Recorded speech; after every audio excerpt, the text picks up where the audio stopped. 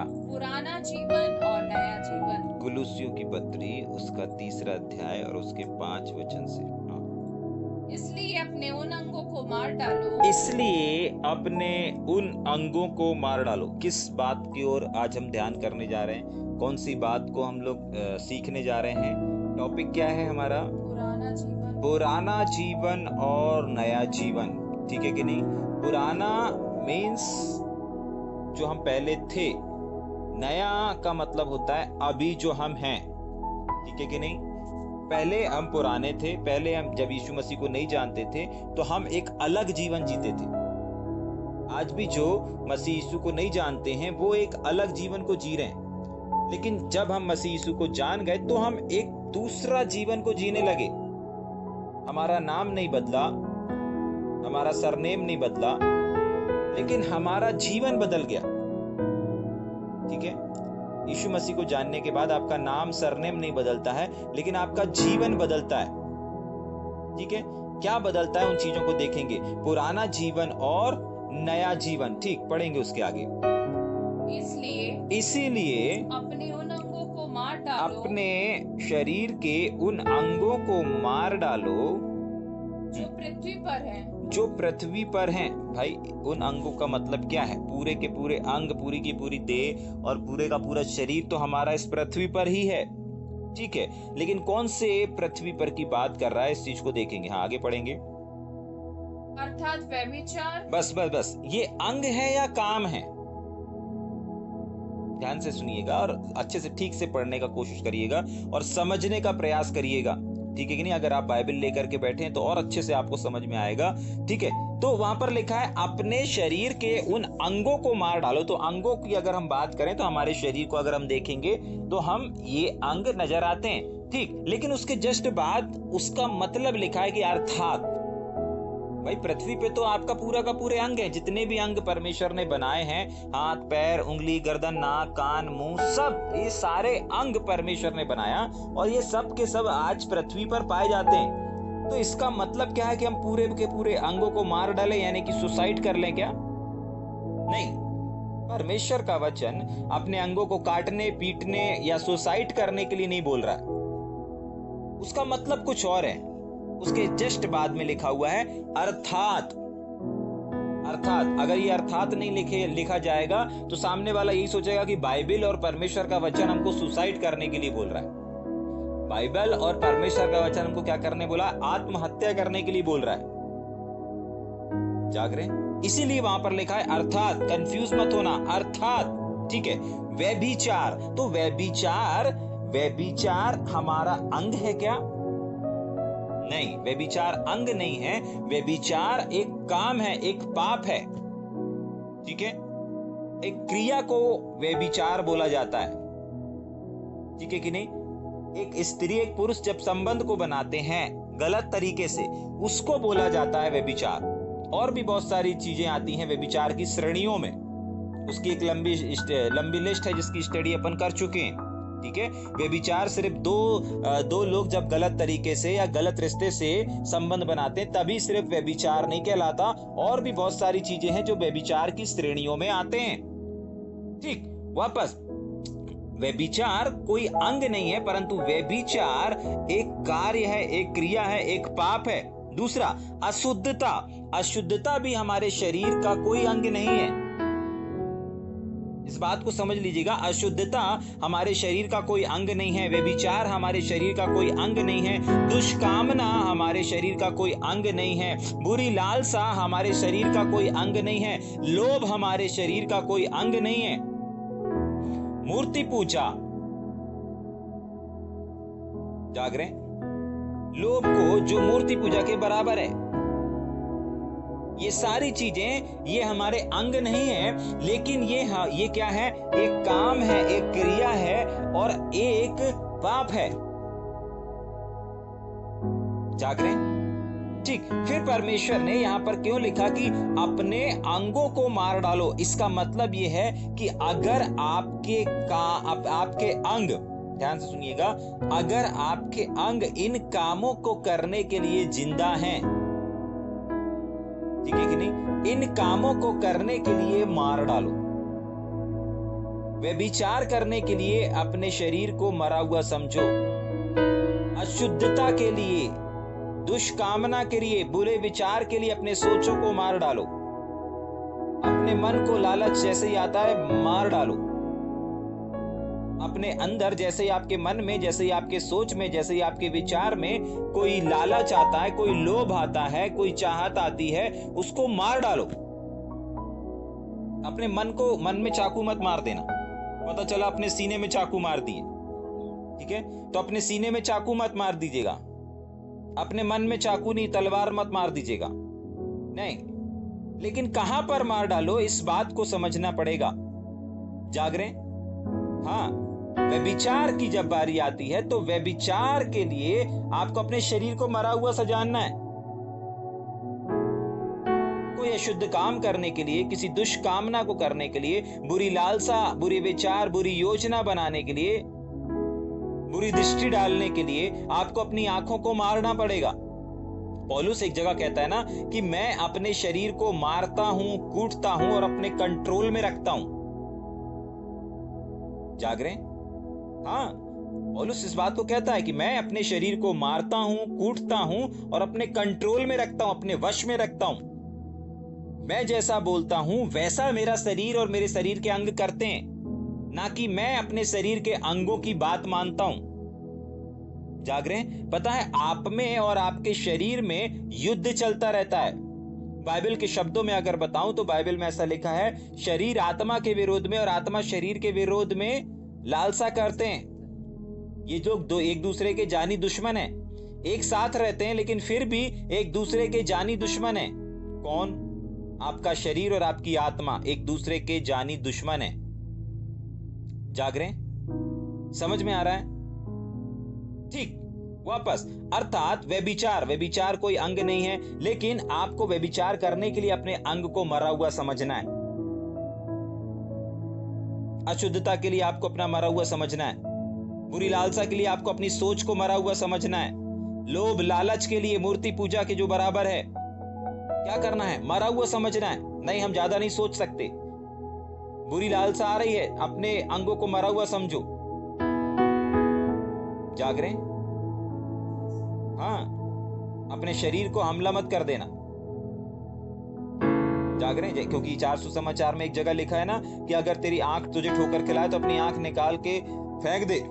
बिना आंख के स्वर्ग में जाना ज्यादा अच्छा है। तो कुछ लोग ज्यादा रिसीव कर लेते हैं, बोलते भैया हमारी आंख गलत जगह चली गई, हम अपनी आंख निकाल करके फेंक दे रहे, आंख दान कर दे रहे। ठीक है, तो इस प्रकार के प्रकाशनों को अपने जीवन में धारण नहीं कर लेना। ठीक है, इस बात को समझने का प्रयास करिए। अगर परमेश्वर का वचन यहाँ 5 वचन में इस बात को बोल रहा है कि अपने अंगों को मार डालो, इसका मतलब जो अंग परमेश्वर के अलावा अगर किसी और काम में एक्टिव हैं, उन चीजों को, उन बातों को क्या कर दो? मार डालो। क्या कर डालो? मार डालो। लोभ आ रहा है, मार डालो। लालच आ रही है, मार डालो। बुरी लालसा आ रही है, मार डालो। बुरी दुष्कामना आ रही, मार डालो। व्यभिचार करने का मन कर रहा, मार डालो। जाग रहे हैं? समझ में आ रहा है? हाँ, पौलुस तो अपने शरीर को मारता था, पौलुस अपने शरीर को कूटता था और पौलुस अपने शरीर को अपने कंट्रोल में रखता था। आपको मालूम है, एक जगह परमेश्वर के वचन में लिखा है कि हम अपने शरीर के कर्जदार नहीं है कि शरीर के अनुसार दिन को गुजारें। आपको मालूम है, हमारा शरीर हमसे डिजायर को करता है, हमसे मांग को करता है।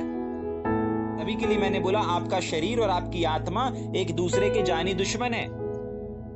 आपको मालूम है, आपका हाथ ये आपके शरीर से जुड़ा हुआ है ना, ये अलग डिमांड करेगा।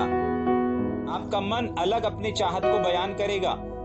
आपके पैर अलग चीजों को बयान करेंगे। आपकी आंखें अलग इधर उधर दाएं बाएं जाने के लिए आपको क्या करेंगी? फड़फड़ाएंगी। लेकिन पौलुस इस बात को बोलता है कि मैंने अपने शरीर का कर्जा नहीं खाया कि मैं शरीर के अनुसार दिन गुजारूं। हाँ, बाइबल के शब्द में अगर बताऊं तो पौलुस कहता है कि हम शरीर के कर्जदार नहीं है कि शरीर के अनुसार दिन गुजारें। इसका मतलब हमारे शरीर भी हमसे कुछ चाहत को रखता है, हमारा शरीर भी हमसे कुछ क्या कहता है? चाहता है और हमसे कुछ बोलता है। आपको पता है जब आप स्टडी करने बैठेंगे या जब आप किसी भी परमेश्वर के काम को करने के लिए बैठेंगे या फिर चर्च में बैठेंगे या फिर अपने फैमिली प्रेयर में बैठेंगे या कुछ भी करने को बैठेंगे, आपका शरीर बोलेगा बहुत थक गया हूं, आराम करने दे। आंख ऑटोमेटिक बंद होने लगेंगी। अगर आपने अपने शरीर का कर्जा खाया है तो आप शरीर की आंखों की बात मान लीजिएगा और आंखों को धीरे से बंद कर लीजिएगा। अगर आपने अपने शरीर का कर्जा खाया है तो अपने कान को बंद कर लीजिएगा। लेकिन पौलुस कहता है और परमेश्वर का वचन हमको सिखाता है कि हमने अपने शरीर का कर्जा नहीं खाया कि हम शरीर के, साफ लिखा है, मैं शरीर का कर्जदार नहीं कि शरीर के अनुसार दिन को गुजारूं, मैं अपने आत्मा से देह की यानी कि शरीर की क्रियाओं को मारूंगा, ऐसा लिखा हुआ है। आगे जाकर के अपन अध्ययन करेंगे इस चीज को, ठीक है। वो क्या कहता है कि मैं आत्मा से देह की यानी कि शरीर की क्रियाओं को मारूंगा। तो ये है वो मारना, जाग रहे हैं, ये है वो मारना। एक वचन और पढ़ेंगे क्या, रोमियो की पत्री उसका 8 अध्याय 12 और 13 वचन को जल्दी से निकालेंगे। क्या क्या देखने जा रहे हैं, क्या है मारना।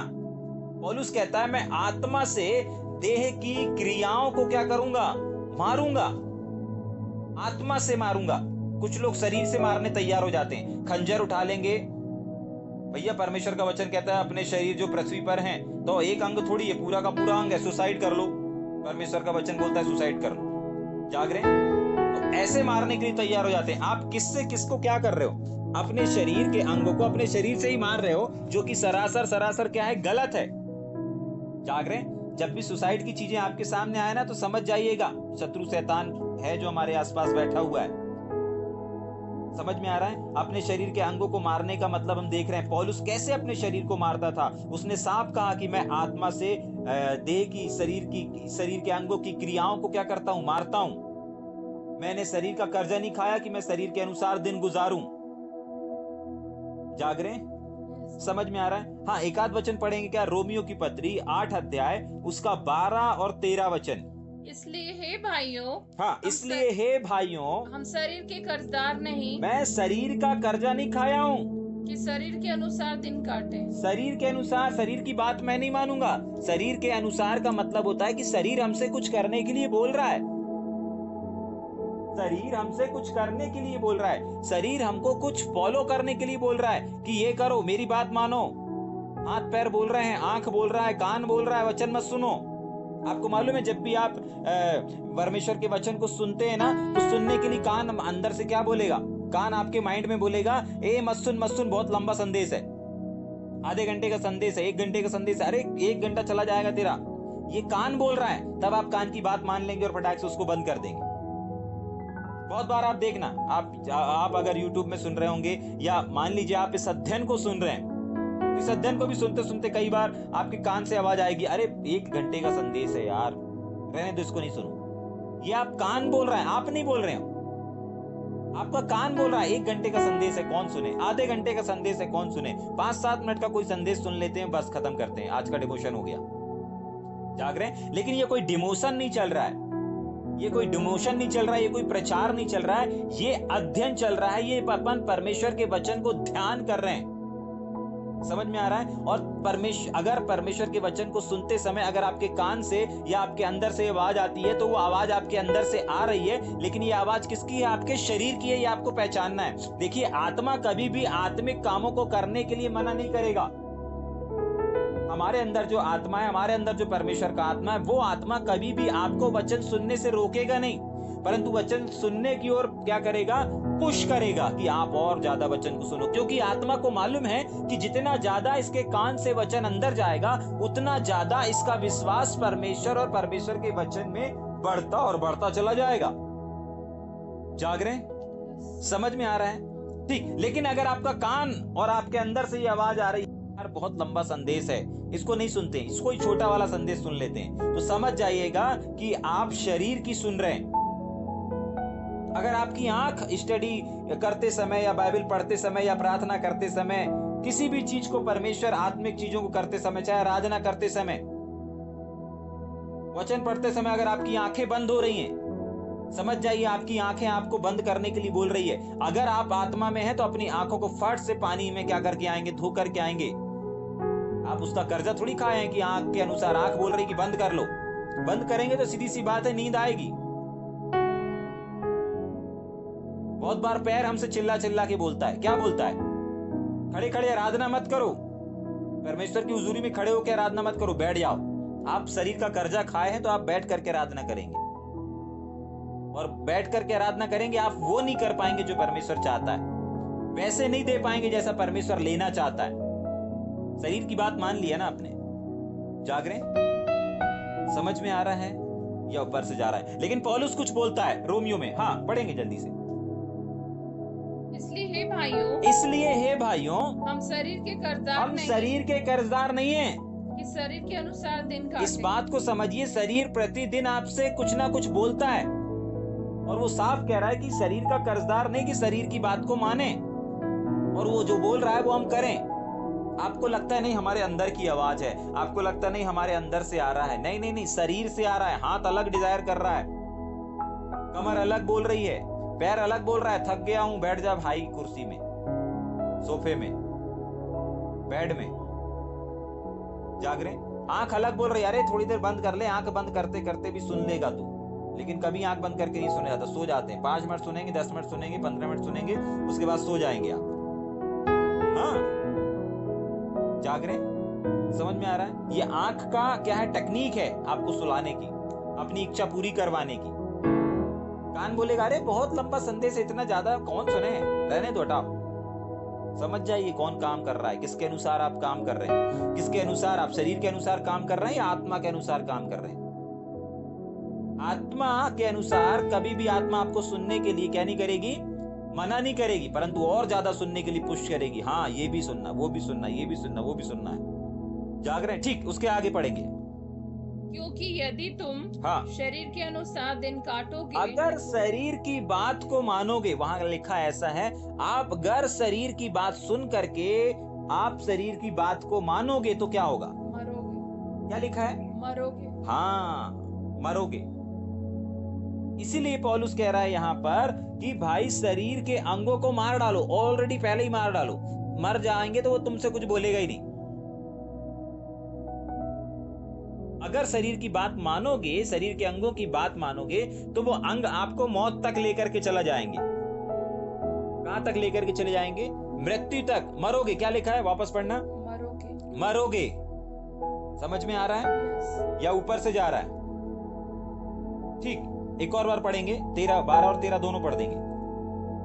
यदि आत्मा से देह की क्रियाओं को मारोगे तो जीवित रहोगे। हाँ, उसके आगे उसका बचाव भी लिखा हुआ है कि अगर तुम आत्मा से देह की क्रिया मतलब देह के कामों को, शरीर के कामों को अगर मारोगे, समाप्त करोगे तो जिंदा रहोगे। क्या लिखा है? तो जीवित रहोगे।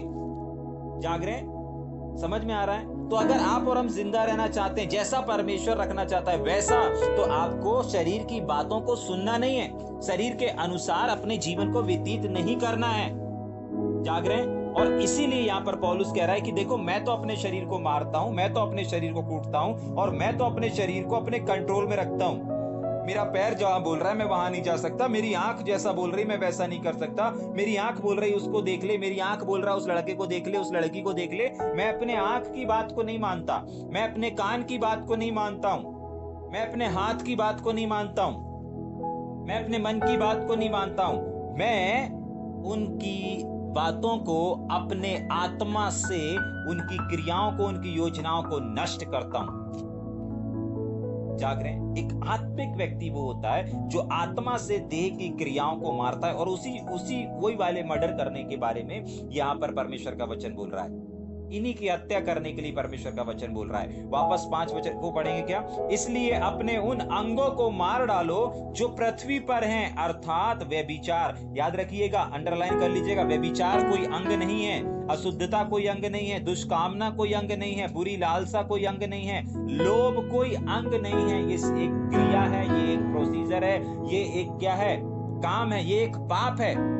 ये कैसा करने से रोकने के लिए परमेश्वर का वचन कह रहा है अपने अंगों को मार डालो। होते अंग के द्वारा हैं, होते अंग के द्वारा हैं। जाग रहे हैं? समझ में आ रहा है? ठीक, आगे चलेंगे। 6वां वचन, इन्हीं के कारण, किसके कारण? व्यभिचार के कारण, अशुद्धता के कारण, दुष्कामना के कारण, बुरी लालसा के कारण, लोभ के कारण, जो मूर्ति पूजा के बराबर है, ठीक है, इन्हीं के कारण परमेश्वर का प्रकोप का मतलब होता है परमेश्वर का गुस्सा, परमेश्वर का क्रोध, परमेश्वर की जलन, परमेश्वर का भयंकर चीजें। जाग रहे हैं? क्या होता है? आज्ञा ना मानने वालों पर प्रकट पड़ता है। जाग रहे हैं? ये नए नियम के वचन को पढ़ रहे हैं, पर इस बात को याद रखिएगा, अगर परमेश्वर किसी चीज को करने से बोल रहा है, अगर आपको बोल रहा है कि आप शरीर की बात को मत मानो, शरीर जैसा बोल रहा है वैसा मत करो, हाँ, शरीर आपसे बोलेगा कि व्यभिचार कर लो, शरीर की बात नहीं सुनना है। शरीर बोलेगा कि इसकी चुगली कर लो, बुरी योजना बना लो। समझ में आ रहा है? आपको नहीं सुनना है, नहीं सुनना है। क्यों? क्योंकि इन्हीं कामों के कारण, इन्हीं चीजों के कारण परमेश्वर का क्रोध आपके और हमारे सामने आ सकता है, और आज भी आ रहा है, क्योंकि साफ लिखा हुआ है आज्ञा ना मानने पड़ता है। अभी परमेश्वर क्या कर रहा है? अभी परमेश्वर हमको, हमारे सामने इन बातों को रख रहा है, और अगर ये बात को हम मानेंगे तो परमेश्वर की बड़ी आशीषों को देखेंगे। लेकिन अगर हम इन बातों को नहीं मानेंगे तो हम अपने जीवन में परमेश्वर के क्रोध को देखेंगे, परमेश्वर के प्रकोप को देखेंगे, परमेश्वर की ब्लेसिंगों को नहीं देखेंगे। आप भले चर्च जाते रहिए, आप भले परमेश्वर की आराधना करते रहिए, लेकिन अगर आप इन चीजों में फेल हैं तो परमेश्वर का प्रकोप का आपको सामना करना पड़ेगा। सब लोग बताते हैं ना, भैया प्रभु बड़ा दयालु है, परमेश्वर प्रेमी है, परमेश्वर ये है, परमेश्वर कृपा करता है, परमेश्वर भलाई करता है, परमेश्वर दया करता है, परमेश्वर क्षमा करता है, परमेश्वर माफ करता है, यीशु मसीह का लहू हमें हर एक पापों से शुद्ध करता है। हाँ, ये सारी चीजें हैं, परमेश्वर का लहू है, परमेश्वर है। लेकिन परमेश्वर एक और वचन कहता है कि परमेश्वर भस्म करने वाली आग भी है। अगर परमेश्वर प्रेमी है, अगर परमेश्वर दयालु है, अगर परमेश्वर अनुग्रहकारी है, अगर परमेश्वर दयालु है, अगर परमेश्वर प्रेमी है, तो वही परमेश्वर एक भस्म करने वाली आग है। अगर वो सारी चीजें जो वचन में लिखी हैं वो आशीषित हैं, वो सत्य हैं, तो ये भी सत्य लिखा है कि परमेश्वर भस्म करने वाली आग है। और इस आग में भस्म कौन होगा? वो लोग नहीं जो प्रभु को नहीं जानते, वो लोग जो जान करके भी अनजान बन रहे हैं। समझ में आ रहा है? इस आग में कौन जलेगा? वो लोग नहीं जो यीशु मसीह को नहीं जानते, लेकिन वो लोग जो यीशु मसीह को जानने के बाद भी, प्रकाशन को प्राप्त करने के बाद भी, प्रकाशन को प्राप्त करने के बाद भी, और उन रहस्यों को जान भी लेने के बाद भी वैसे ही जीवन को जिएंगे, नॉर्मल ही जीवन को जिएंगे जैसे हमको कुछ मालूम ही नहीं है। कल मैं एक को डांट रहा था, कल मैं एक बहन को चिल्ला रहा था। वो बहन, उसके घर में सब है, अच्छा घर है, अच्छा मकान है, अच्छा सब कुछ है, लेकिन उसके घर में उसका जो सोफे हैं खराब हो गए। उस सोफे को खराब होने के, उसको सोफा खराब, सोफे में थोड़ा सा गड्ढा सा हो गया है, तो वो उस गड्ढे को, उस सोफे को क्या बोल रही थी वो बहन कि कचड़ा हो गया। सोफा क्या हो गया? कचड़ा हो गया। उसके 2 से 3 दिन पहले ही अपन ने इस बात को सीखा था कि वो बहन भी स्टडी में जुड़ती है, ठीक है, और प्रतिदिन स्टडी में जुड़ती है और वचन को सीखती, लेकिन उस बहन ने उस सोफे के लिए परमेश्वर को धन्यवाद नहीं दिया, परंतु वो सोफे की एक छोटी सी वीकनेस की वजह से उसने उस सोफे को क्या बोला? कचड़ा हो गया। जाग रहे? समझ में आ रहा है या ऊपर से जा रहा है? जाग रहे? ठीक। इन्हीं के कारण परमेश्वर का क्रोध आज्ञा ना मानने वालों पर भड़कता है। तो इस बात को हमने देखा कि कौन लोग हैं जिनके ऊपर, जो लोग परमेश्वर के क्रोध का सामना करेंगे। वे लोग नहीं जो परमेश्वर को नहीं जानते। देखना चाहते हैं कौन लोग हैं वो? जो मैं बोल रहा हूं उसमें सच्चाई है कि नहीं, ठीक है कि नहीं? जाग रहे हैं? आप बोल रहे भैया हम वचन को पढ़ने वाले, हम वचन को जानने वाले, हम संडे सर्विस जानने वाले, हमारे ऊपर परमेश्वर का क्रोध नहीं आ सकता। इससे कोई फर्क नहीं पड़ता कि आप संडे जा रहे हैं नहीं जा रहे हैं, इससे कोई फर्क नहीं पड़ता। ये आपको चर्च जाना, ये आपके प्रति, परमेश्वर के प्रति ईमानदारी को दर्शाता है कि आप परमेश्वर के प्रति ईमानदार हैं, ठीक है कि नहीं? कि आप परमेश्वर को धन्यवाद देने जा रहे हैं। समझ में आ रहा है? लेकिन मैं जिस बात को कर रहा हूं, संडे सर्विस जाना गलत नहीं है, चर्च दरबार जाना गलत नहीं है, ठीक है, लेकिन मिस कहां पर हो रहे हैं? जाग रहे हैं? मिस कहां पर हो रहे हैं? उस चीज को देखेंगे। अगर आपको लगता है कि परमेश्वर का क्रोध आपके ऊपर नहीं आएगा, तो परमेश्वर का क्रोध किसके ऊपर आएगा, इस बात को देख करके वापस हम शुरू करेंगे। इब्रानियों की पत्री 10वां अध्याय और उसके 26 और 27 वचन को, इब्रानियों किताब क्या देखने जा रहे हैं हम, इस बात को देखने जा रहे हैं कि परमेश्वर का क्रोध जो है, उस क्रोध का सामना कौन करेगा, उस प्रकोप का सामना कौन करेगा। वे लोग नहीं जो संसार में बैठे, संसार में जो यीशु मसीह को नहीं जानते, वो लोग उसके क्रोध का सामना नहीं करेंगे, पर कौन सामना करेगा, उस चीज को हम पढ़ेंगे। इब्रानियों की किताब, इब्रानियों की पत्री उसका 10 अध्याय और उसके 26 और 27 वचन को पढ़ेंगे। क्योंकि सच्चाई की पहचान, क्योंकि सच्चाई की पहचान प्राप्त करने के बाद यदि हम बस कौन सी सच्चाई, वचन की सच्चाई, वचन का भेद जो आपको अभी तक नहीं मालूम था, अब आपको पता चलते जा रहा है। अगर आप प्रतिदिन बाइबल अध्ययन को कर रहे हैं, प्रतिदिन वचन को ध्यान कर रहे हैं, तो आपको बहुत सारी चीजें जो आपको नहीं मालूम थी अभी मालूम होती जा रही है। उसी को बोला जा रहा है सच्चाई। और अगर इस सच्चाई को आपने प्राप्त किया है और आप प्राप्त करते जा रहे हो, तब परमेश्वर का वचन आपके और हमारे लिए है। ठीक है, पढ़ेंगे। यदि हम जानबूझकर प्राप्त करते क्योंकि सच्चाई की पहचान, यानी कि परमेश्वर के वचन, परमेश्वर के भेद, रहस्य, प्रकाशनों को प्राप्त करने के बाद, जिसको हम नहीं जानते थे मसीह में आने के बाद, अब हम जानने लगे हैं। पहले हमारे लिए एक धुंधला सा था, अब हमको साफ साफ दिखाई दे रहा। अब हम साफ साफ परमेश्वर के वचन को समझ पा रहे हैं, ध्यान कर पा रहे हैं। तो सच्चाई को, जिसको हम नहीं जानते थे, अब जान गए हैं, उसको बोलते हैं सच्चाई की पहचान प्राप्त करने के बाद भी। आगे, यदि एक इंसान, हम और आप विशेषकर, जानबूझकर, हाँ, आपको और हमको प्राप्त हो रहा है या किसी और को प्राप्त हो रहा है, हम और आप सीख रहे हैं या बाहर संसार के लोग सीख रहे हैं, परमेश्वर का आत्मा हमको और आपको सिखा रहा है या फिर बाहर जो संसारिक लोग हैं उनको सिखा रहा है। सीधी सी बात है, हमको और आपको सिखा रहा है परमेश्वर का आत्मा। तो हम और आपसे ही परमेश्वर का वचन कह रहा है और हमसे ही परमेश्वर इस बात से बात कर रहा है कि देखो, सच्चाई की पहचान प्राप्त करने के बाद, वचन को प्राप्त करने के बाद, अगर जानबूझ करके पाप करते रहे, मतलब वैसे ही करता रहे,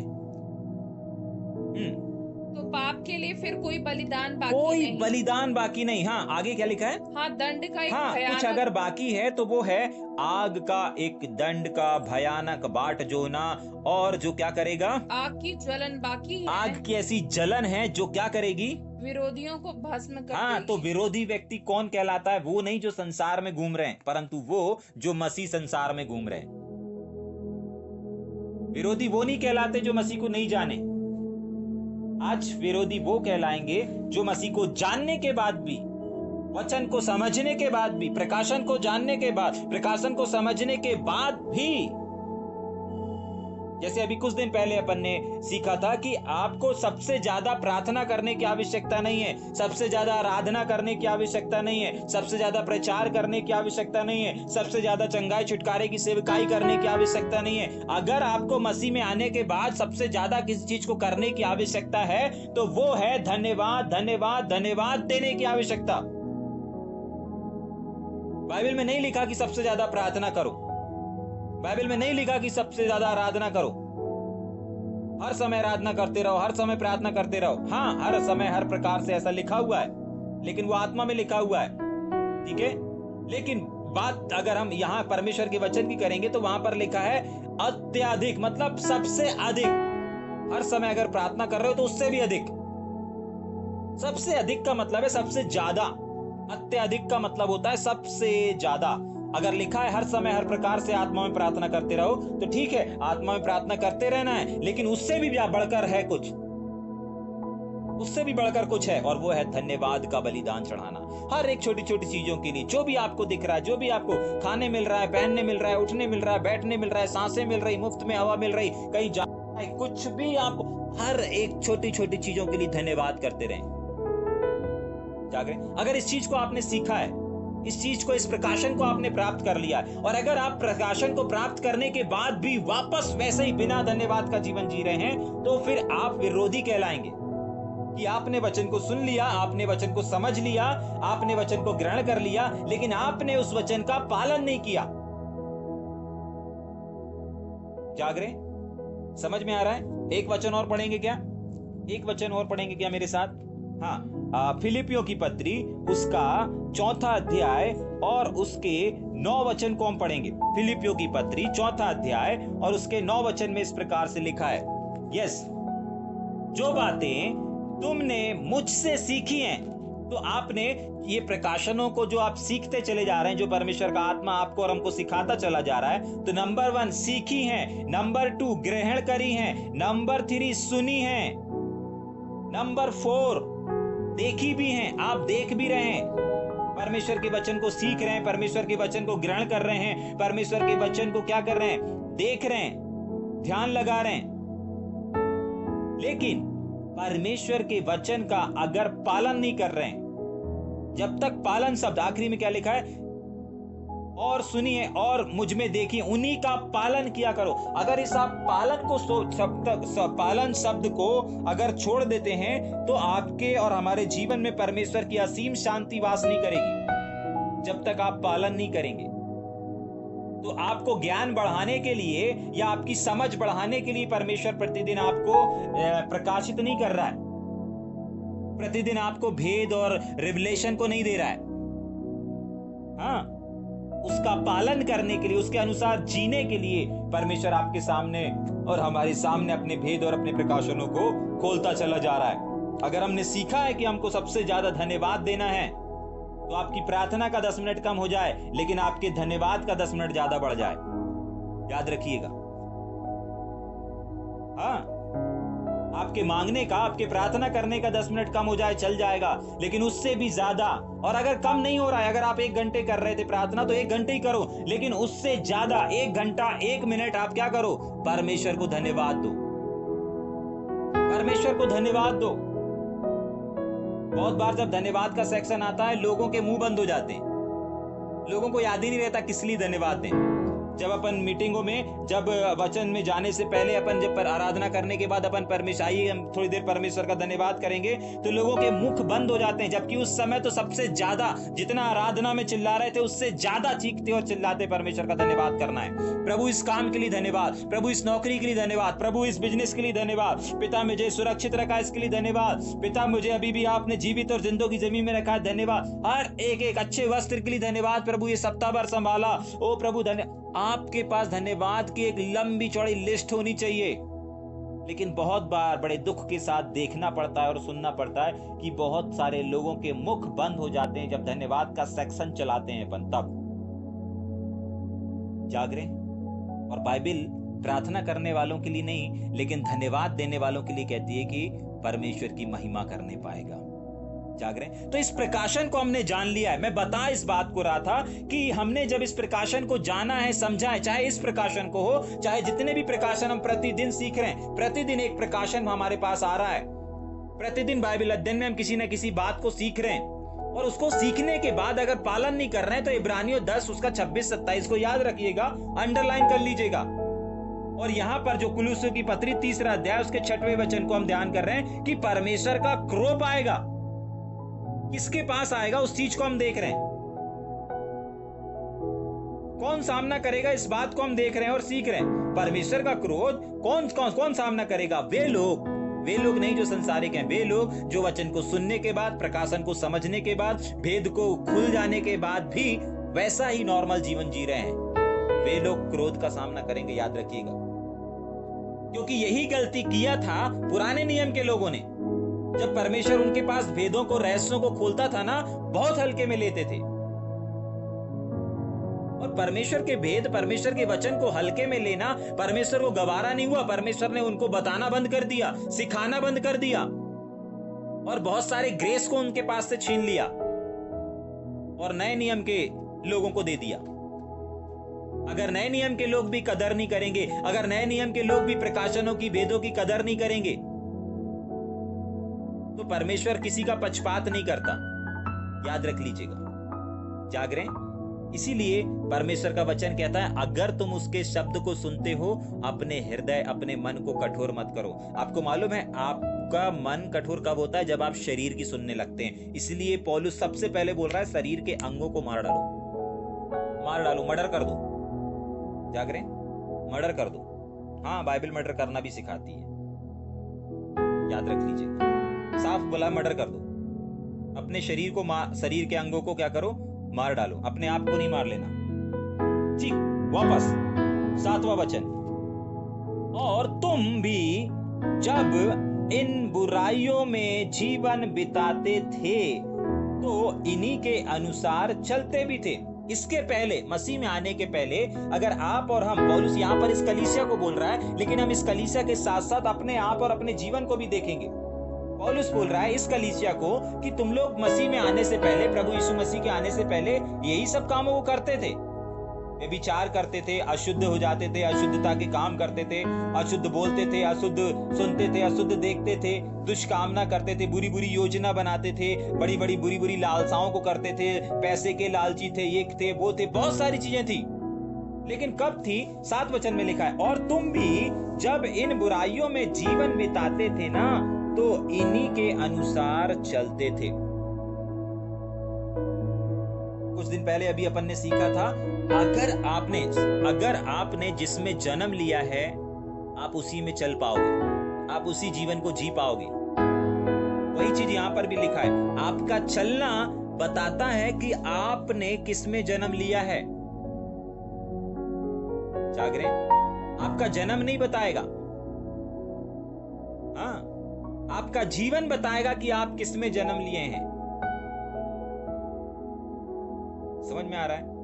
उदाहरण दूं, वापस पढ़ेंगे पहले एक बार, और तुम भी जब इन बुराइयों में जीवन बिताते थे तो इन्हीं के अनुसार चलते थे।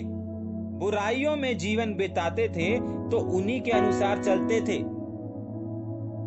जागरे, कहां पर जीवन बिताते थे?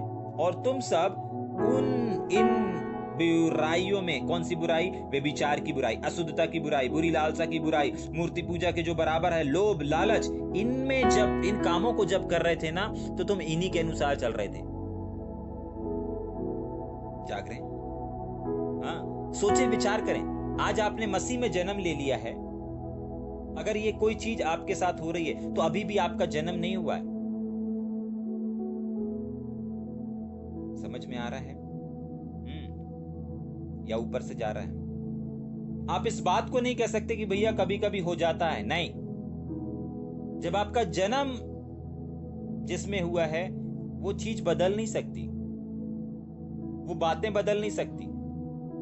आपने इंग्लैंड में जन्म ही नहीं लिया, आप इंग्लैंड कैसे जा सकते हैं? हाँ, बड़े होने के बाद आप जा सकते हैं, वहां से जाकर के आएंगे तो वहां पहुंचने के बाद भी आप इंग्लैंडी नहीं कहलाएंगे, आप इंडियन ही कहलाएंगे। हाँ, वहां जाकर के आप विदेशी कहलाएंगे क्योंकि आप दूसरे देश से आए हैं। समझ में आ रहा है? ठीक, वापस, और तुम भी जब इन बुराइयों में जीवन बिताते थे तो उन्हीं के अनुसार चलते थे। आपका बुराइयों में जीवन को गुजारना आपकी पहचान को, आपके जन्म को दर्शाता है, याद रखिएगा। जैसे एक पेड़ की पहचान जो होती है ना, वो उसके किससे होती है? फलों से होती है। बाइबल में लिखा है एक पेड़ अपने फलों से पहचाना जाता है, मतलब एक इंसान अपने कामों से पहचाना जाता है। एक पेड़ की पहचान उसकी जड़ से नहीं होती, उसकी डगालियों से नहीं होती, पत्तों से नहीं होती है, इतना बड़ा है इससे नहीं होती है, नहीं, उसके फलों से होती है। आप और हमारी पहचान भी हमारे कामों से होती है। और ये यहाँ काम क्या कर रहे हैं? बुरे काम कर रहे हैं, व्यभिचार कर रहे हैं, शुद्धता काम कर रहे हैं, बुरी लालसा कर रहे हैं, लोभ लालच कर रहे हैं, तो इनके अनुसार ये चल रहे हैं, तभी कर रहे हैं, उनके अनुसार जीवन को बिता रहे हैं, तभी के लिए चल रहे हैं। ठीक, आगे, पर अब तुम भी इन सब को, अर्थात क्रोध, रोष, बैरभाव, निंदा और मुंह से गालियां बकना, ये सब बातें छोड़ दो। मतलब इस कलीसिया में हो क्या रहा था ना कि ये मसीह में आ गए हैं, लेकिन गलत शिक्षा की वजह से ऐसा हो रहा है। लेकिन पौलुस यहां पर पहुंचा है तो पौलुस बोल रहा है, देखो ये सारी चीजें ना पुराने जीवन को दर्शाती हैं कि पुराना जीवन में तुम्हारा जीवन है, लेकिन जब तुम्हारे मसीह में जन्म ले लिया है तो तुम उस पुराने जीवन के साथ जीवन को नहीं जी सकते। तुमको पुरानी बातें, पुरानी चीजें, पुरानी आदतों को छोड़ना पड़ेगा। पौलुस इस कलीसिया में एक पत्री के माध्यम से, इनके पास एक अवसर, आपको मालूम है ये पत्री सिर्फ पत्री नहीं थी परंतु एक अवसर था इनके लिए। आज आपके और हमारे पास भी सिर्फ प्रकाशन नहीं आ रहा है परंतु एक अवसर आ रहा है। सिर्फ बाइबल अध्ययन नहीं आ रहा है परंतु प्रतिदिन एक अवसर आ रहा है आपको और हमको, चाहे यूट्यूब के माध्यम से या टीम लिंक के माध्यम से या किसी भी ऐप के माध्यम से, चाहे किसी भी सोशल प्लेटफॉर्म के माध्यम से, अगर आप तक ये संदेश आ रहा है तो ये सिर्फ संदेश नहीं पहुंच रहा है, परंतु ये एक अवसर पहुंच रहा है। आपको मालूम है इन लोगों के लिए छूट है। क्यों छूट है? क्योंकि अनजाने में हो रहा है। इनकी समस्या कम ज्ञान है। इस कलीसिया की जो कमी और घटी है, जो इसकी क्या बोल सकते हैं अपन उसको, वीकनेस, कमजोरी है, वो कमजोरी परमेश्वर के वरदान नहीं, ये कमजोरी इस कलीसिया की है कि कम ज्ञान, संपूर्ण ज्ञान ना होने के वजह से ये सिस्टम हो रहा है। और इनके पास पौलुस पत्री के द्वारा सिर्फ पत्री को नहीं पहुंचा रहा है, परंतु एक अवसर को पहुंचा रहा है। क्या लिखा है लास्ट भाग? इन सब बातों को छोड़ दो। छोड़ देने का मतलब हो रहा है अवसर है आपके पास। बहुत बार अपन क्रूसेड कन्वेंशन में लोगों को समर्पण के लिए बुलाते ना, कि अगर आज आपने परमेश्वर के वचन को सुना है, समझा है, तो आप अपने जीवन को इस समय अर्पण कर सकते हैं, समर्पण कर सकते हैं। अपने आत्मिक जीवन को, अपने शारीरिक जीवन को, अपने किसी भी क्षेत्र में जहां पे भी परमेश्वर का आत्मा आपको टच किया है, आप क्या करो, अपने आप को अर्पण करो इस समय। और लोग करते हैं, अर्पण करते हैं, समर्पण करते हैं, अपने जीवन को दे देते हैं। तो वैसा ही पौलुस इनके सामने सिर्फ पत्री को नहीं पहुंचा रहा है, परंतु इनके सामने एक अवसर को पहुंचा रहा है। कुरिन्थियों की कलीसिया याद है ना, क्या हुआ था कुरिन्थियों की कलीसिया में? बहुत गड़बड़ियां थी, बहुत पाप थे, बहुत व्यभिचार थे। और वहां तो कुरिन्थियों की कलीसिया के लिए ऐसा लिख दिया है शब्द कि तुम्हारे अंदर ना, तुम्हारे चर्च में तो ऐसे पाप हो रहे हैं जो अन्य जातियों में भी नहीं होते। इतना भयंकर बोला उनको। लेकिन क्या था? वो पत्री सिर्फ पत्री नहीं थी, वो पत्री सिर्फ पत्री नहीं थी, वो पत्री सिर्फ पत्री नहीं थी। वो पत्री क्या था? वो पत्री सिर्फ पत्री नहीं, लेकिन वो पत्री एक अवसर था। और कुरिन्थियों की कलीसिया ने इस अवसर को क्या करा? बहुमूल्य समझा। आज सवाल है, इस कलीसिया में भी क्या आ रहा है? एक अवसर आ रहा। सिर्फ कुलुस्सियों की पत्री में सिर्फ पत्री नहीं पहुंच रही है, परंतु कुलुस्सियों की कलीसिया के पास एक अवसर पहुंच रहा है। आज आपके और हमारे पास सोशल मीडिया के द्वारा माध्यम से क्या पहुंच रहा है? एक प्रकाशन नहीं पहुंच रहा है, परंतु एक अवसर पहुंच रहा है। अब हमारे हाथ में है कि हम इस अवसर का फायदा उठाते हैं, या इस अवसर को बहुमूल्य समझते हैं, या इस अवसर को गवा देते हैं। प्रकाशन को प्राप्त करने के बाद, अवसर को प्राप्त करने के बाद, अगर हम वापस पहले जैसा ही जीवन जीते हैं, तो इब्रानियों 10, 26, 27 को अच्छे से अध्ययन कर लीजिएगा। जाग रहे? हाँ, नहीं जानते थे, नहीं मालूम था, तो ठीक है, कोई बात नहीं, करते रहो। क्योंकि वहां लिखा है जब तक सच्चाई की पहचान प्राप्त नहीं होती तब तक छूट है, लेकिन जब सच्चाई की पहचान प्राप्त हो जाती है तो फिर छूट नहीं है।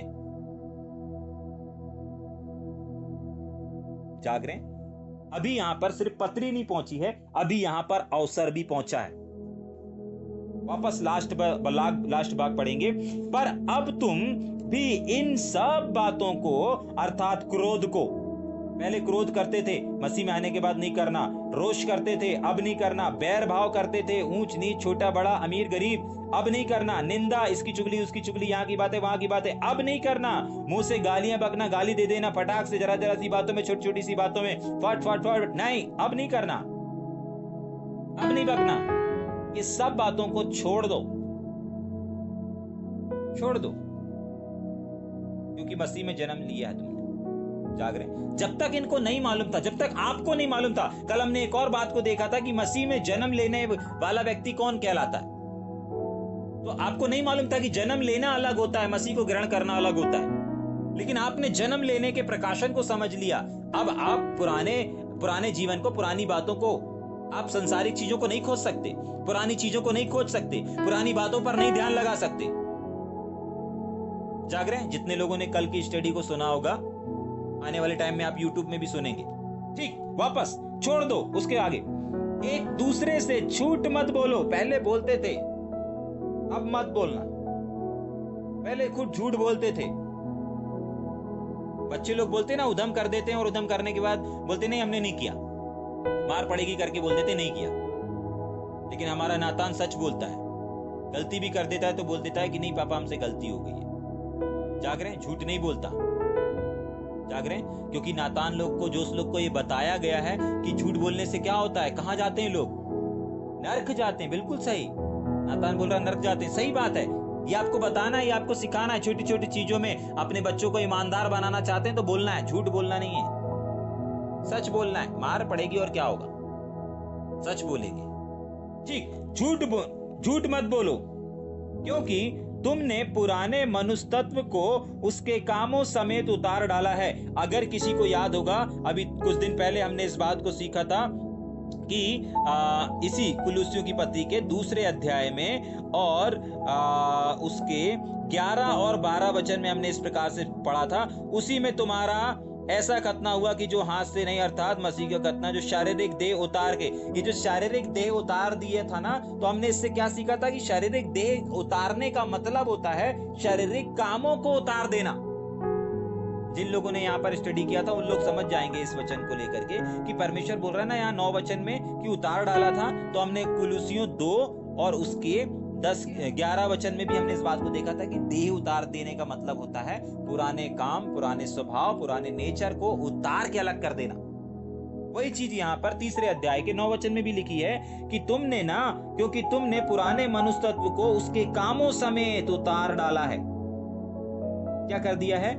उतार डाला है, और नए मनुष्य तत्व को पहन लिया है। तो हमने इस बात को भी देखा था कि पुराने चीजों को उतार देना तो हम नंगे हो जाते हैं। उसके बाद परमेश्वर हमें नंगे नहीं रहने देता, कुछ और चीजों को पहनाता है, वस्त्रों को पहनाता है, नए कपड़ों को पहनाता है। तो जब हम पुरानी चीजों को छोड़ते हैं ना, तो परमेश्वर नई चीजों को हमारे हाथों में देता है। जाग रहे? जब आप आंखों की बात सुन करके अगर आंखों को गलत जगह पर नहीं जाने देंगे तो पता है क्या होगा? आपने आंखों का बलिदान किया ना, परमेश्वर आपके आंखों में एक आपकी आंखों को ऐसा ज्योतिर्मय करेगा, ऐसा ज्योतिर्मय करेगा कि आप आने वाली घटनाओं को देख पाएंगे, भविष्य में क्या होने वाला इन बातों को देख पाएंगे, समझ पाएंगे। जाग रहे? हर एक वो छोटी छोटी चीज जो आपका शरीर आपको करने के लिए बोलता है, और अगर आप अपने आत्मा से शरीर की क्रियाओं को, शरीर की बात को नहीं मानते हैं, तो परमेश्वर, आपने जहां नई बात माना, परमेश्वर अपनी बात को वहां पर आत्मिक क्षेत्र में आपको वहां पे भरने लगेगा। जाग रहे? अगर आपके पास भेद और प्रकाशन नहीं आ रहा है, कहीं ना कहीं आपका मन, आपका ध्यान कहीं और लगा हुआ है। लेकिन जिस दिन आप अपने ध्यान का क्या कर देंगे, बात नहीं मानेंगे, आंखों की बात नहीं मानेंगे, कानों की बात नहीं मानेंगे, तो समझ जाइएगा, हाँ, समझ जाइएगा कि परमेश्वर अब आपको बहुत सारी चीजों से भरने लगेगा। क्योंकि आपने किसी चीज को छोड़ा। जैसे यहाँ पर इन्होंने पुराने वस्त्र के समान अपने कामों को छोड़ा ना, वैसे ही परमेश्वर ने नए वस्त्र के समान नई नई चीजों से भर दिया। अब क्या भरा बताते हैं, पढ़ेंगे। हाँ, नए मनुष्य तत्व को पहन लिया है। अब वो कैसा दिखता है? जो अपने सृजनहार के स्वरूप के अनुसार ज्ञान प्राप्त करने के लिए नया बनाता जाता है। मतलब पुराना मनुष्य तत्व हमारा जैसा भी था हमको मतलब नहीं है, लेकिन नया कपड़ा कैसा है, नया वस्त्र कैसा है, वो ऐसा है जैसा यीशु दिखता है, वो वैसा है जैसा पवित्र आत्मा दिखता है, वो वैसा है जैसा परमेश्वर यहोवा दिखता है। जाग रहे? नए मनुष्य तत्व में, यानी कि नए कपड़े में ऐसी सामर्थ है जैसी परमेश्वर के पास है, ऐसा अनुग्रह है जैसे प्रभु यीशु मसीह में है, ऐसी सामर्थ है जैसे पवित्र आत्मा में है। जाग रहे? परमेश्वर के स्वरूप में क्या लिखा है वहां पर? कैसा कपड़ा है वो? जो अपने सृजनहार के स्वरूप के अनुसार है, ज्ञान प्राप्त करने के लिए नया बनाता जाता है। मतलब जो वस्त्र आपको परमेश्वर देता है ना, जब आप पुराने चीजों को छोड़ते हैं, पुराने वस्त्रों को, पुराने अपने देह को उसके कामों से जब उतार डालते हैं ना, तो जब परमेश्वर नया पहनाता है ना, तो वो नया कपड़ा करता क्या है? आपको ज्ञानवान बनाता है। हाँ, अभी प्रतिदिन आप बाइबल में जुड़ करके आपका माइंड क्या हो रहा है? वाश हो रहा है। अभी क्या हो रहा है? आप अगर प्रतिदिन सुन रहे हैं तो क्या हो रहा है? परमेश्वर के वचन के प्रति आपका विवेक, आपका मन क्या हो रहा है? साफ हो रहा है। आप बहुत सारी चीजों को क्लियरिटी करते जा रहे हैं, और यही तो लिखा हुआ है कि वो परमेश्वर के ज्ञान को प्राप्त करके नया बनाता जाता है। तो आपका मन क्या हो रहा है? इस समय नया बनते जा रहा है। परमेश्वर के वचन को लेकर के, भेदों को लेकर के, प्रकाशनों को लेकर के। अब आपको ये समझ में आने लगा है धीरे धीरे, जो लगातार जुड़ रहे हैं, कि परमेश्वर के वचन को पढ़ना काफी नहीं है, परमेश्वर को ध्यान लगाने से सारी चीजें हमको समझ में आती हैं। हम ज्ञानवान अगर हमको कोई बनाता है तो कौन ज्ञानवान बनाता है? परमेश्वर के वचन को ध्यान करना हमको ज्ञानवान बना देता है। जाग रहे? परमेश्वर का वचन कहता है ना, उसमें रात दिन ध्यान किए रहना। क्यों ध्यान किए रहना? क्योंकि बाइबल बताती है अगर कोई ध्यान करता है ना तो वो एक प्रभावशाली इंसान बन जाता है। हो सकता है आप सालों से बाइबल पढ़ रहे होंगे, सालों से बाइबल एक दिन में 10 अध्याय, 15 अध्याय, या पूरी एक किताब खत्म कर देते होंगे, एक पत्री खत्म कर देते होंगे, लेकिन फिर भी आप अपने जहां पर खड़े रहते हैं, जहां पर जाते हैं, वहां कोई प्रभाव नजर नहीं आता। लेकिन जिस दिन आप परमेश्वर के एक वचन को, चाहे 2 वचन को, जितने भी वचन को जब ध्यान करने लगेंगे ना, ध्यान लगाए रहने लगेंगे, तब आप जहां जाएंगे, जिस क्षेत्र में जाएंगे, जिस नगर में जाएंगे, एक प्रभावशाली व्यक्ति बन करके जाएंगे। आप जहां जाएंगे, जहां कदम रख देंगे, वहां का पूरा वातावरण बदल जाएगा। आप जिस चर्च, जिस कलीसिया में जाएंगे, वहां पर एक बेदारी शुरू हो जाएगी। आप जिस नगर में कदम रखेंगे, उस नगर में कदम रखते ही हलचल मचना शुरू हो जाएगा। शत्रु, शैतान, दुरात्माएं आपको देख करके चीखने और चिल्लाने लगेंगी कि हे परमेश्वर के सेवक, यहां कैसे आ गए भाई?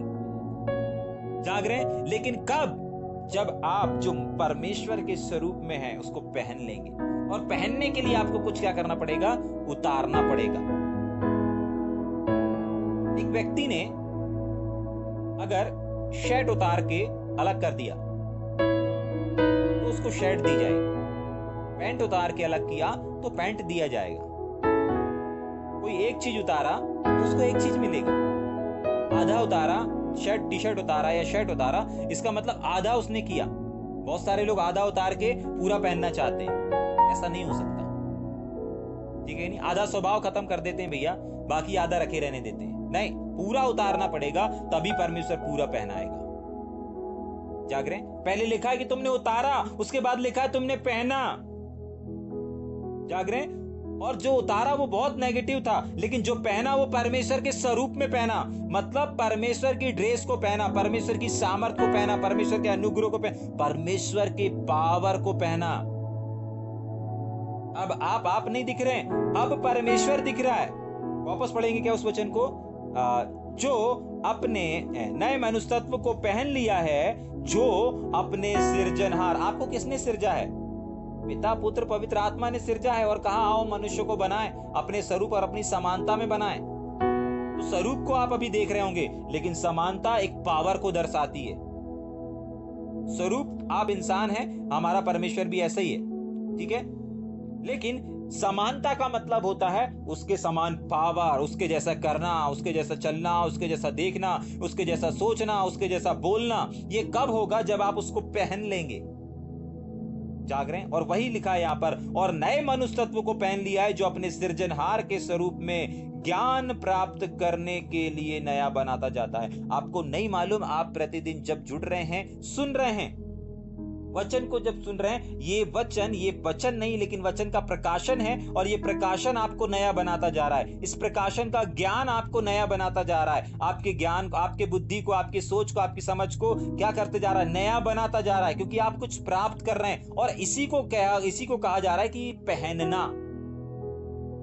इसी को परमेश्वर का वचन कह रहा है, पहनना। ये जो ज्ञान आपको मिल रहा है ना, ये जो भेद आप तक पहुंच रहा है ना, इसी को कहा गया है पहनना। यही आप पहन रहे हैं। हर दिन आप एक नया गहना। बहन लोग सजती ना, कहीं नाक में, कान में, ठीक है कि नहीं, सर में, बिंदी में, गाल में, पता नहीं क्या क्या लगा, हर दिन एक ना। जाग रहे हैं? टिकली लगाएंगे, कुछ ना कुछ करते रहते ना। ठीक है कि नहीं? बहनों लोगों को तैयार होने के लिए बहुत सारी चीजों की जरूरत पड़ती है। ऐसे ही यहाँ पर जितने आप प्रकाशन को प्राप्त करते जा रहे हैं ना, आप नए नए वस्त्रों को पहनते जा रहे हैं, क्योंकि ये आपको ज्ञानवान बनाता जा रहा है। जाग रहे हैं? समझ में आ रहा है या ऊपर से जा रहा है? ठीक, वापस 11 वचन।